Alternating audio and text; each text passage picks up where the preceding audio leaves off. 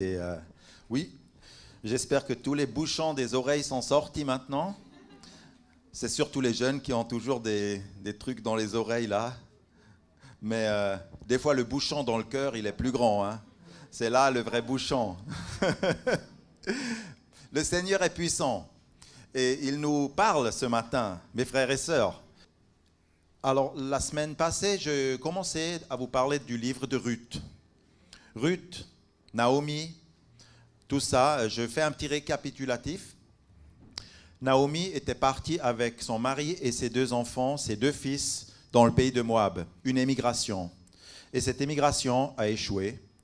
Son mari est mort, ses deux enfants sont morts, enfin ses fils, et elle reste là-bas toute seule maintenant avec ses deux belles-filles.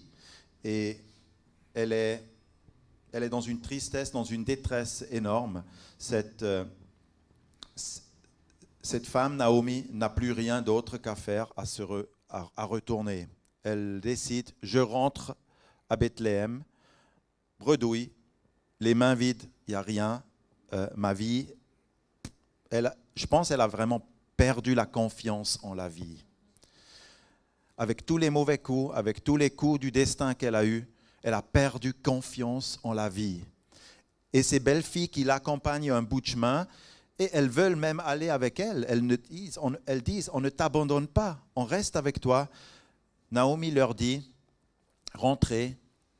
Pourquoi vous voulez venir avec moi? Il n'y a rien avec moi. Je suis une vieille personne et je n'ai rien à vous offrir, sinon l'amertume et la tristesse de mon cœur. Vous voyez, Naomi a vraiment perdu confiance en la vie. Est-ce que ça résonne aussi en vous? Est-ce que des fois, nous aussi, nous avons perdu la confiance? Nous avons peut-être reçu tellement de choses difficiles, trop déçus, et il y a comme une racine d'amertume. Alors là, voilà, sur cette image, on voit ce chemin désertique, et Naomi se retrouve sur ce chemin. Nous allons lire maintenant dans le livre de Ruth, qu'est-ce qui se passe. Elle, c'est-à-dire Naomi, elle sortit du lieu où elle vivait, ses deux belles filles avec elle, et elles se mirent en route pour retourner au pays de Juda. Noémie dit alors à ses deux belles filles, « Allez, retournez chacune à la maison de sa mère. Retournez, mes filles.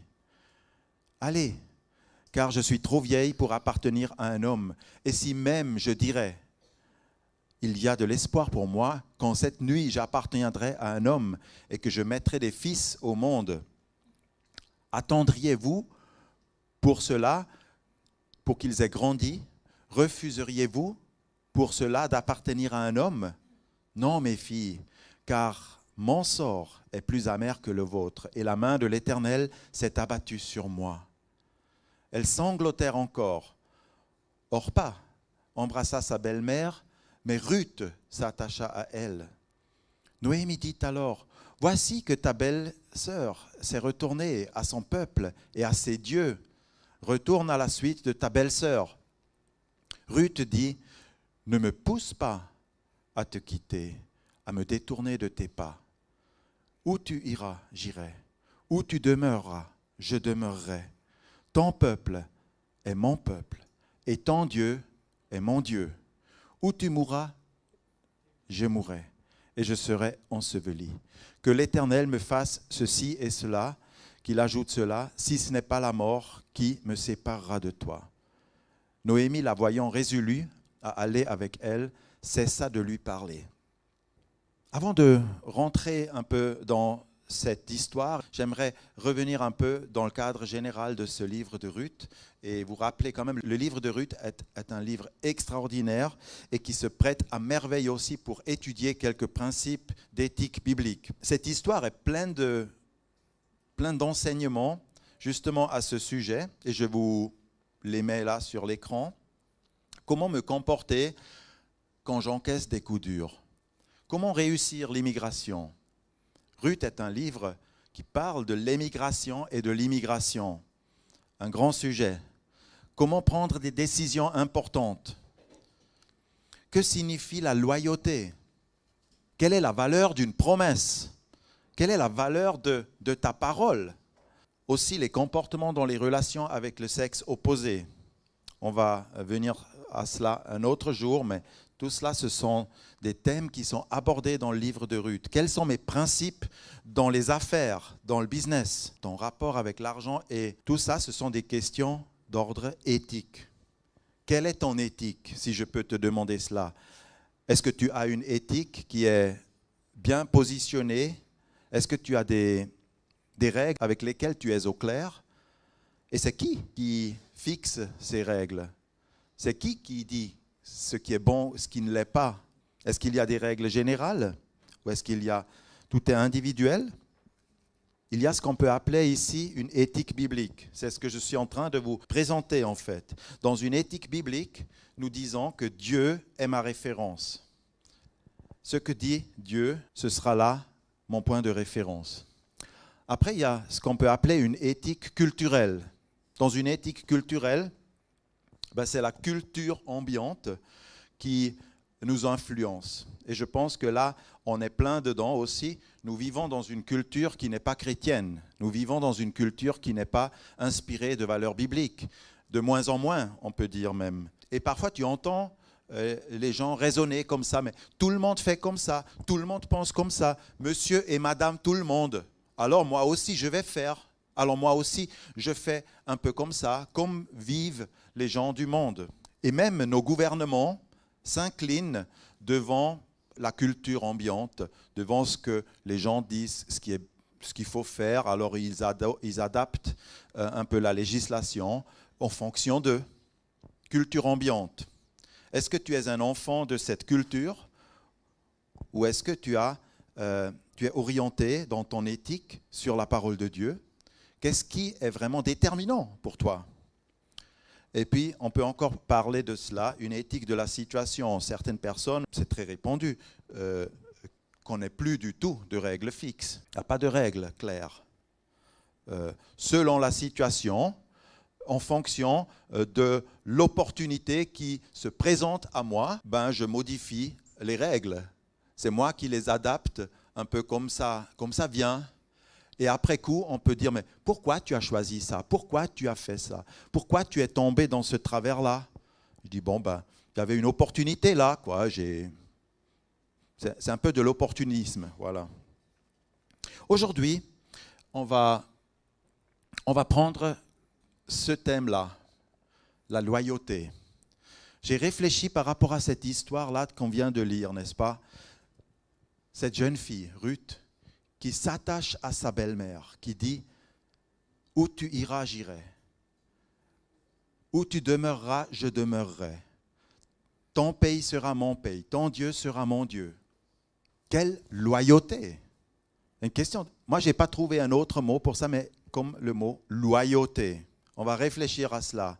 Est-ce que nous sommes loyaux?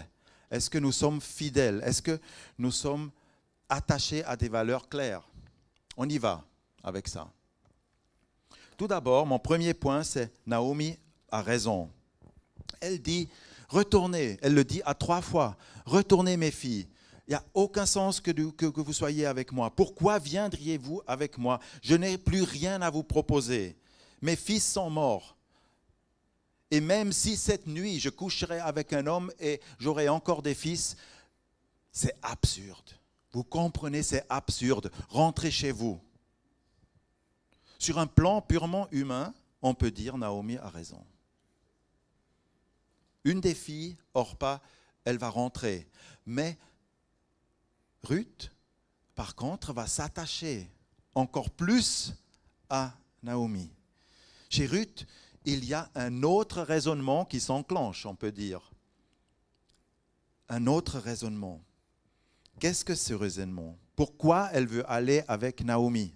Coûte que coûte, on dirait. J'aimerais m'attarder un peu sur cela parce que, vous savez, il y a toujours quelqu'un qui a raison. Vous avez remarqué aussi dans la vie, les gens qui croisent votre chemin, il y a toujours quelqu'un qui vous vient avec des idées très raisonnables, qui vous dit « Ah, mais d'un ton très, très sage. » Il te dit « Reste là où tu es. Ça n'a pas de sens. Ne fais rien. C'est impossible. Tu te trompes. » Mais la foi en Dieu, mes bien-aimés, ce n'est pas une foi de la raison seulement, mais c'est une foi dans l'impossible. Dieu est le Dieu de l'impossible. Dieu est le Dieu tout-puissant. Dieu est un Dieu qui indique parfois un autre chemin. Ce n'est pas le chemin de monsieur et madame tout le monde. Ce n'est pas le chemin que suit le monde. Il y a des fois un autre chemin, un autre raisonnement. La foi est une façon de raisonner. C'est une façon de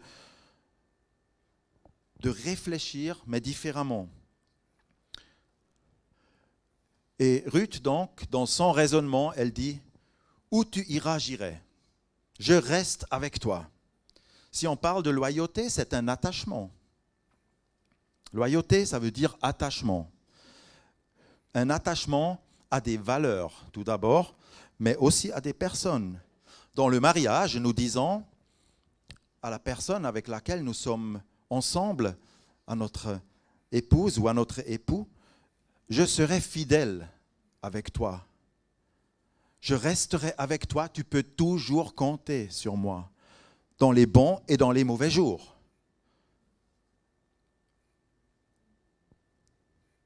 Cette loyauté, elle est précieuse. Si tu as quelqu'un dans ta vie qui te dit ça, que tu as à côté de toi, qui te promet, je serai toujours là. Je reste avec toi, je ne t'abandonnerai pas. Tu peux compter sur moi. Je serai ton rocher dans la tempête. Mais cette loyauté, vous remarquez aussi, elle est en train de se perdre dans notre société. C'est pour cela que j'en parle ici, parce que c'est beau de découvrir ces principes, c'est beau de découvrir une éthique de loyauté. Où sont les gens sur qui on peut compter?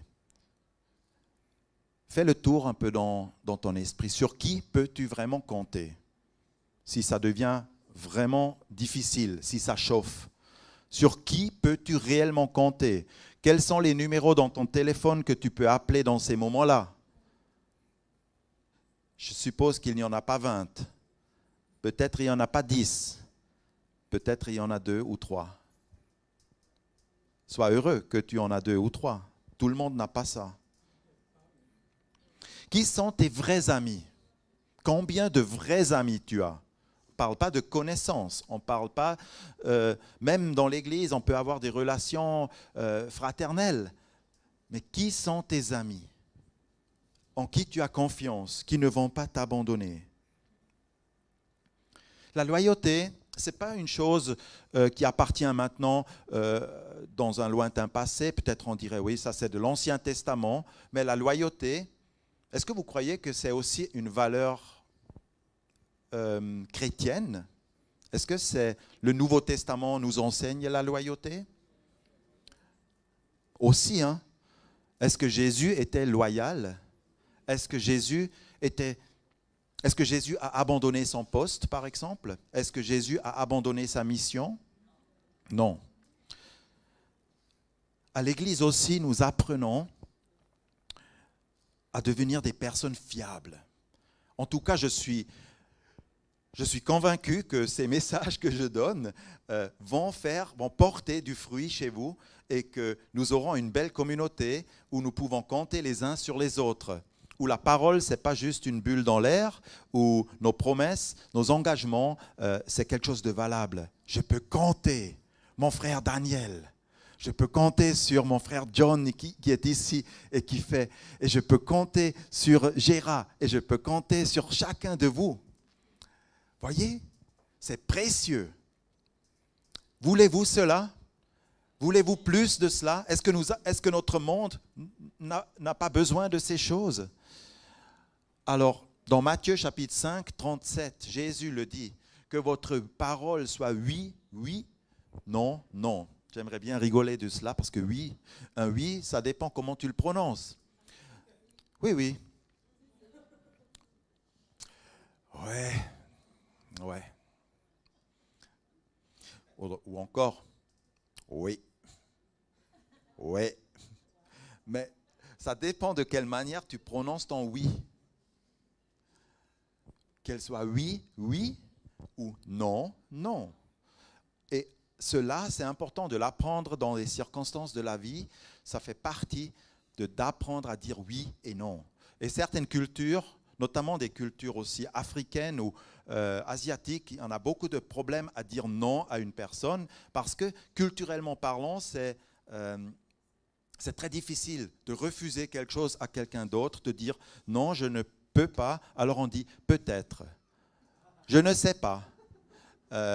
Et les réponses ne sont pas claires. J'ai fait plein d'expériences là-dedans. Ce n'est pas le but maintenant. Mais que ton oui soit oui, que ton non soit non. C'est une question de loyauté.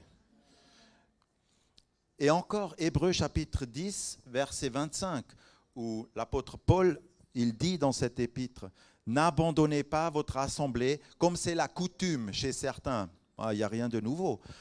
Déjà à l'époque, il y avait cette coutume, apparemment cette habitude que si ça n'allait pas, si ça ne plaisait pas, voilà, on abandonne l'assemblée, on revient l'année prochaine, on reviendra quand ça ira mieux, je ne sais pas.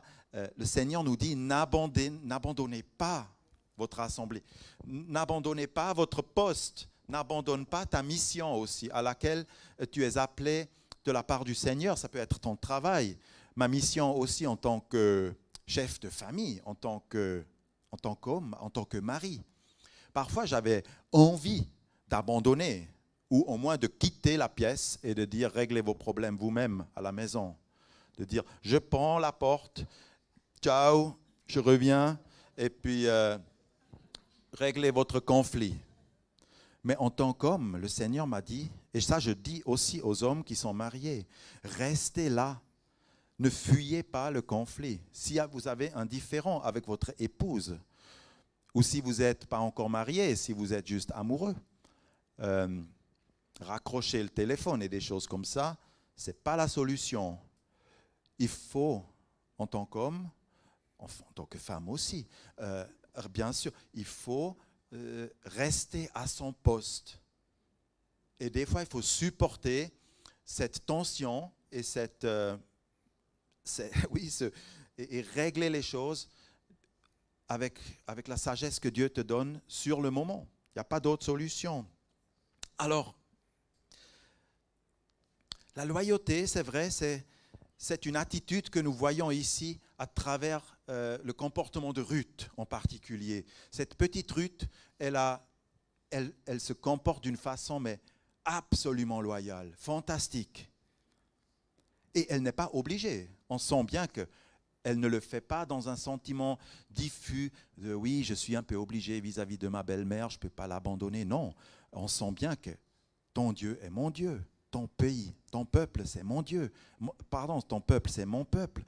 Il y a des fortes convictions derrière une déclaration comme cela. On va examiner ça d'ailleurs. Et son cœur est attaché aussi à Naomi. Il y a... une profonde amitié et un respect. Quel est l'avantage d'être loyal? Quel est l'avantage si je suis fidèle et si je suis fidèle surtout à ma propre parole? Si j'apprends à vivre selon des principes qui sont clairement établis, quel est le fruit? Quelles sont les conséquences? Est-ce qu'il y a quelque chose qui vous vient à l'esprit là? Qu'est-ce qui se passe sur le plan relationnel, par exemple, si vous vous comportez de cette manière? On est moins déçu. C'est-à-dire, si tout le monde se comportait de cette manière-là, il y aurait beaucoup moins de déception. On est déjà clair. Hein? Je crois que si moi-même, je suis une telle personne loyale, je crée moins de déception chez les autres. Il y aurait moins de cadavres dans ma cave, on va dire. Cadavres dans le sens imagé, bien sûr, ce sont des relations qui sont mortes.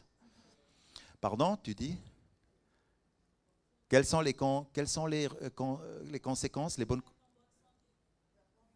la bonne santé, la confiance? Oui, ça c'est moins de stress, excellent. Ça j'aime bien. Pardon? Tu seras pris au sérieux aussi. On sait, voilà, Laetitia, c'est une fille, on peut compter sur elle. Voilà, c'est ça. On est pris au sérieux. Si? Ça évite les frustrations. S'il te plaît. La paix. Parce que tu es en accord avec toi-même, en quelque sorte. Tu vis en accord avec des principes qui sont justes et tu les appliques aussi. Parce que si tu vis en décalage par rapport à ce que tu penses juste et tu es tout le temps à côté de tes propres convictions et tu te trahis toi-même un peu, tu te mens dans la poche en quelque sorte, tu n'es pas heureux. Ce n'est pas satisfaisant pour toi-même tout d'abord. Il y a beaucoup d'avantages. Et je crois que le résultat aussi, c'est des vraies amitiés. C'est la confiance, comme quelqu'un l'a dit aussi. Il y a une vraie confiance qui s'installe, des relations qui sont intactes. C'est pour ça que nous voulons être loyaux. Amen. Elle dit aussi, ton peuple sera mon peuple. Cette exclamation laisse entrevoir que Ruth n'est pas seulement attachée à Naomi en tant que personne, mais elle est attachée aussi à son peuple et à ses valeurs. Elle a vu l'éthique des Israélites par rapport à l'éthique de son propre pays. Ruth veut vivre autre chose. Elle veut vivre dans la culture israélite. Et ça, c'est important aussi pour tous ceux qui font une immigration. Est-ce que tu veux vraiment embrasser cette culture-là, la nouvelle culture ? Ruth ne veut simplement pas retourner vivre sous les tentes des Moabites. Vous pouvez vous poser la question, pourquoi elle ne veut pas retourner vivre dans cette culture, dans sa culture originale ?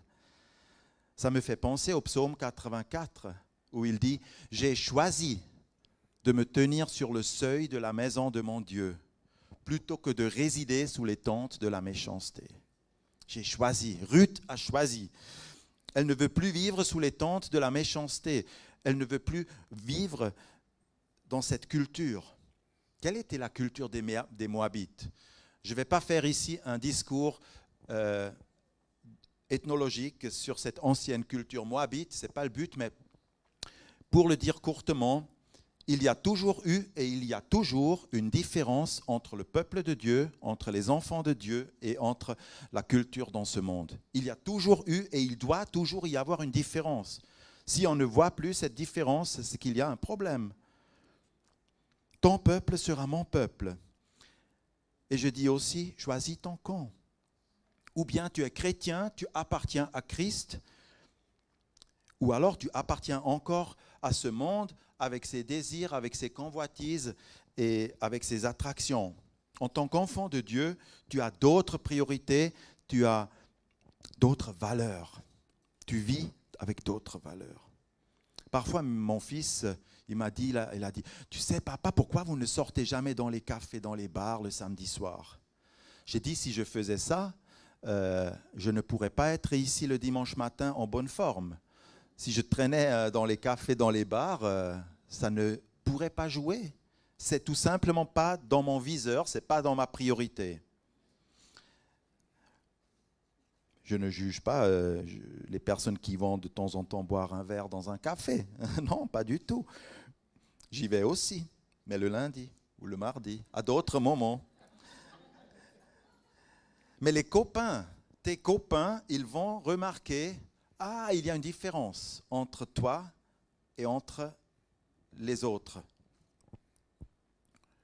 Jésus l'a dit de cette façon-là, vous n'êtes pas de ce monde. Vous êtes dans ce monde, mais vous n'êtes plus de ce monde. Nous vivons encore pleinement ici. Nous avons encore pleinement les deux pieds ici sur la terre et nous devons nous débrouiller comme tout le monde.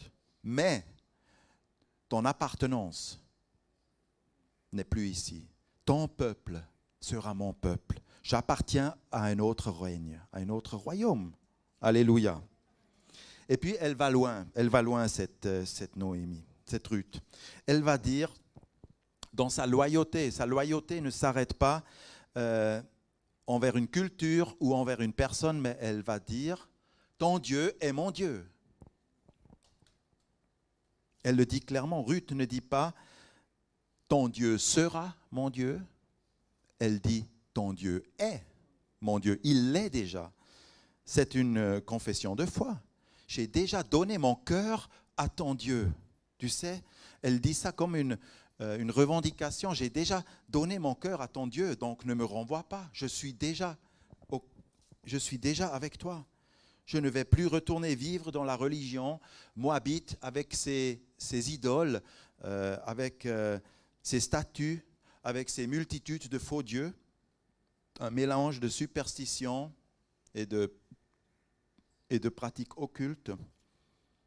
La petite Ruth a bien compris cela. Elle a bien compris. C'est-à-dire, il y a eu dans son cœur une décision qui était déjà formée.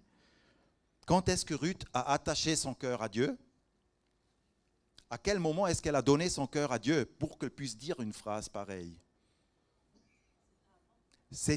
Le texte ne dit pas à quel moment, parce qu'elle était mariée quand même avec le fils de Naomi. Naomi est sa belle-mère. Et peut-être qu'au cours de son mariage, elle a donné aussi sa vie à Dieu. En tout cas, le choix a été fait. Elle a pris cette décision. Et toi, est-ce que tu crois en Dieu? Est-ce que tu as pris une décision? En quel Dieu? Voilà. Qui est ton Dieu? Tu crois en quel Dieu? En quoi se distingue le Dieu de la Bible? Ça, c'est une question que beaucoup de gens voudraient savoir. Ils vont te dire, oui, mais moi aussi je crois, mais un peu ceci ou un peu ça. Mais en quoi le Dieu de la Bible est-il différent? Grande question, difficile à y répondre courtement, je tente ma chance.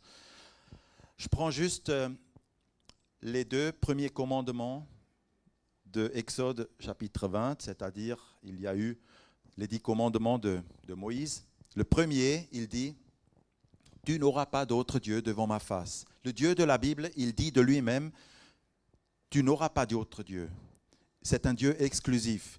Lui-même ne partagera pas son trône et sa gloire avec quelqu'un d'autre.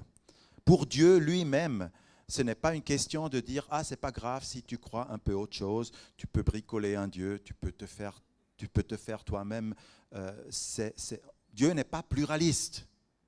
Nous devons le comprendre. Il le dit de lui-même. Et nous ne pouvons pas faire de la foi chrétienne ou du christianisme une religion pluraliste. Ça ne va pas. C'est trahir les racines. Et le deuxième commandement, par rapport à Dieu, il dit « Tu ne te feras pas de statue, ni de représentation de quoi que ce soit, ni de ce qui est dans le ciel, sur la terre et sous la mer. » Donc, pas de représentation. Ça veut dire que notre Dieu est invisible. Nous croyons en un Dieu invisible, alors que beaucoup de personnes aujourd'hui, ils veulent du visible en fait. Pourquoi Dieu est-il invisible? Parce qu'il est trop grand, trop beau, trop saint, trop pur pour qu'on puisse en faire une image. On ne peut pas faire une image de ce Dieu-là. On trouve là aussi une différence avec les dieux de ce monde. Il y a bien sûr les statues dans les religions. Certaines religions, en tout cas, il y a des statues, il y a des images voilà. Et ça aussi, oui. Mais qu'en dites-vous si quelqu'un est matérialiste? Et moi, je crois en la matière. Je crois en ce que je peux toucher et je crois en ce que je vois. Je crois en la science. Il faut des preuves. Que dites-vous? Voilà mon trésor. Ou si on parlait du culte du corps. Avoir le corps parfait. Pousser sa performance et sa beauté à l'extrême. Et pour avoir un corps parfait, parfaitement beau, ou pour être la fille la plus belle, il faut faire des sacrifices. Et on prend des recours jusqu'à des opérations, on fait des tatouages ou je ne sais pas quoi, on fait plein de choses et notre corps devient une idole. Comprenez? Il y a plein d'idolâtries. Et le Seigneur dit, quelle est ton idole?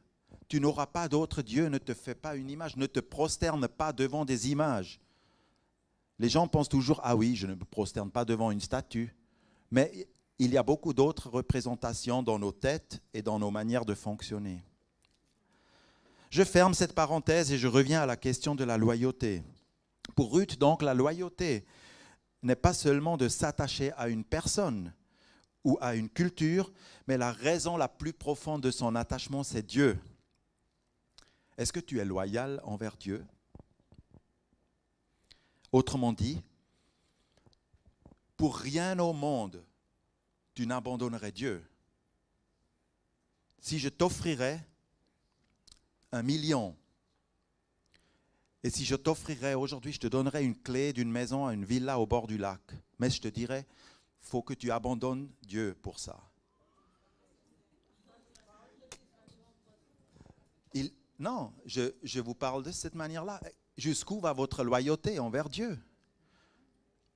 Quelles sont les propositions qu'on puisse vous faire pour que vous abandonniez Dieu? Tu n'abandonneras jamais Dieu. Ruth était loyale envers Dieu aussi. Ton Dieu est mon Dieu. Et je continue par la dernière confession de Ruth, où elle dit « Où tu mourras, je mourrai ». Très intéressant pour une jeune femme. En d'autres termes, la loyauté de Ruth va jusqu'à la mort.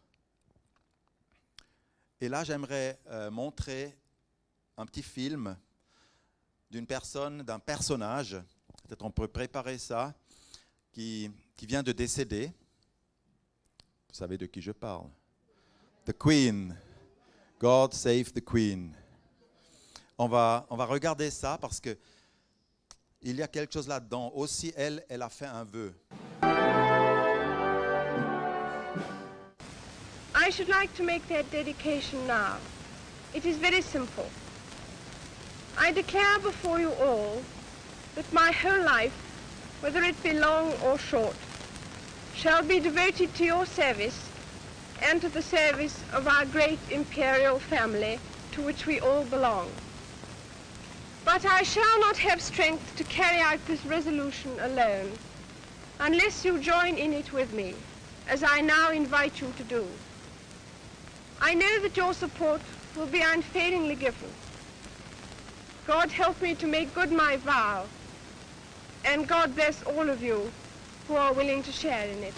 Un engagement qu'elle ne regrettera pas 30 ans plus tard, à l'occasion de la célébration du 25e anniversaire de son règne. Les vœux que j'ai formulés lorsque j'étais jeune et encore un peu immature, je ne les regrette pas et en assume chaque mot. Comment une jeune femme de 21 ans peut faire un tel vœu, de dire je vous servirai toute ma vie. Je suis impressionné parce que cette reine, elle a vraiment servi son peuple durant toute sa vie. Elle est restée loyale. C'est ça le mot qui décrit pour moi le mieux la reine d'Angleterre. Loyauté. Elle est restée fidèle à ses convictions, que ses convictions soient à la mode ou pas. Elle est restée fidèle à son propre cœur. C'est incroyable. Elle a dit, je servirai jusqu'à ma mort, jusqu'à mon dernier souffle. Ça, c'est une bonne question aussi à nous poser. Qu'est-ce que tu vas faire jusqu'à ton dernier souffle? Quel est ton objectif? Qui serviras-tu?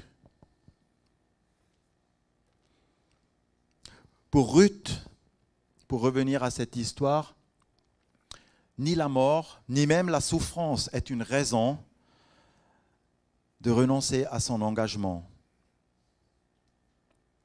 Vous savez, dans l'Ancien Testament, il n'avait pas les promesses que nous, les chrétiens du Nouveau Testament, nous possédons. Par exemple, Ruth, la notion de l'avoir une vie éternelle, d'avoir une certitude d'aller au ciel, d'avoir une vie éternelle, elle n'était pas aussi présente, aussi claire pour les Juifs que c'est pour nous. Nous avons un grand privilège parce que Jésus, dans Jean chapitre 3, verset 33, il nous dit « Celui qui croit au Fils, il a la vie éternelle. » Sur cette base-là, tu peux vraiment t'engager pour toute une vie avec Jésus. Si tu sais que le meilleur reste à venir, que tu as la vie éternelle déjà, c'est beaucoup plus facile pour nous que pour Ruth. Et Encore 1 Corinthiens 15, verset 55. Ô mort, où est ta victoire? Ô mort, où est ton aiguillon?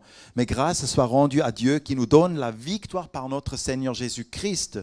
Nous avons vraiment cette ferme espérance de la résurrection en Jésus-Christ. Et vous savez, Ruth, elle a souffert. Ce n'est pas seulement Naomi qui a souffert, Ruth aussi a souffert parce qu'elle a perdu son mari.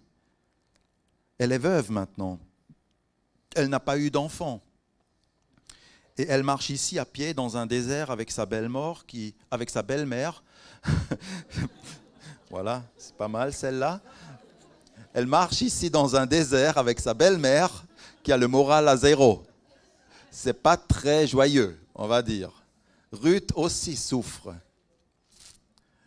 Et est-ce que vous pensez que Ruth fait juste un peu de positivisme quand elle fait cette déclaration? Tiens, je vais remonter le moral à la belle-mère. On va dire, je viens avec toi, ton Dieu est mon Dieu, ton peuple sera mon Dieu, j'irai avec toi. Tu crois que c'est juste un peu de positivisme? Non, ce n'est pas du positivisme. Elle ne va pas dire, viens Naomi, ce n'est pas si grave, ça va passer, je suis avec toi. Ou alors cette Ruth, elle est vraiment engagée dans la foi. Et dans son cœur, les choses sont bien à sa place. Dans son cœur, les choses sont bien réglées. Elles sont limpides. Moi, je crois que c'est ça le cas chez Ruth. Et elle est si positive parce qu'elle sait que Dieu marche avec elle. On va chanter encore une fois ce chant. Je te suivrai. Jésus, je te suivrai. Ça sera peut-être notre réponse par rapport à ce message, de chanter ça d'une pleine conviction, d'une pleine joie aussi. Jésus, je te suivrai. S'il vous plaît. Merci beaucoup et que Dieu bénisse chacun de vous. Amen, amen.